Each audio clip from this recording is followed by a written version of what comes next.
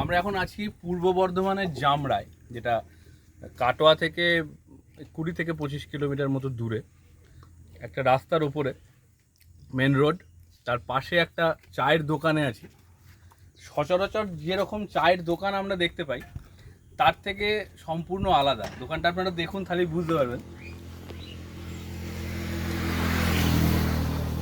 আশা করি বুঝে গেছেন দোকানটা সম্পর্কে।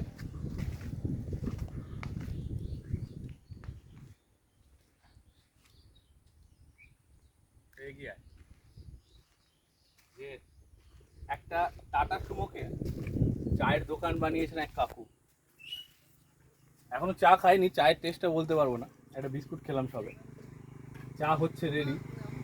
তো আমি এই কাকুকে একবার জিজ্ঞাসা করব যে এই প্ল্যানটা কিভাবে মাথায় এলো, যে একটা টাটা সুমো গাড়ির মধ্যে একটা চায়ের দোকান বানাবো, যেটা সারাদিন চলবে, তখন আবার যখন রাতে বন্ধ করার সময় হবে সব কিছু নামিয়ে দিয়ে গাড়িটা চালিয়ে আবার চলে যাবে। মানে একটা কি বলবো, পোর্টেবল চায়ের দোকান বলা যায়। কাকা, এই প্ল্যানটা তোমার কাছে কি করে এসেছিল? এটা আমার নিজস্ব প্ল্যান, নিজের বুদ্ধি দিয়ে এটা আমি শিখেছি। আচ্ছা, মানে এটা কতদিন ধরে চলছে দোকানটা? 1 বছর হয়ে গেল। 1 বছর ধরে। তার আগে কি করতে? তার আগে গাড়ি চালাতাম। আচ্ছা, গাড়ি চালাতে। তাহলে তো তোমার গাড়ির ব্যবসাটা তো বন্ধ হয়ে গেল। গাড়ি ইচ্ছে এখন এটাই ঠিক আছে, শান্তিতে আছি। আচ্ছা, তাহলে গাড়ি চালিয়ে যেভাবে থাকতে তার থেকে এই চায়ের দোকান করে বেশি শান্তিতে।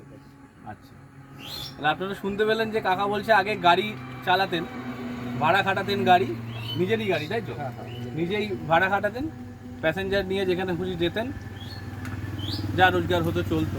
কিন্তু কাকার মতে ওই রোজগারটার থেকে একটা চায়ের দোকান বানিয়ে সেই বিক্রিতে যা রোজগার, সেটাই তিনি বেশি সুখে শান্তিতে আছেন।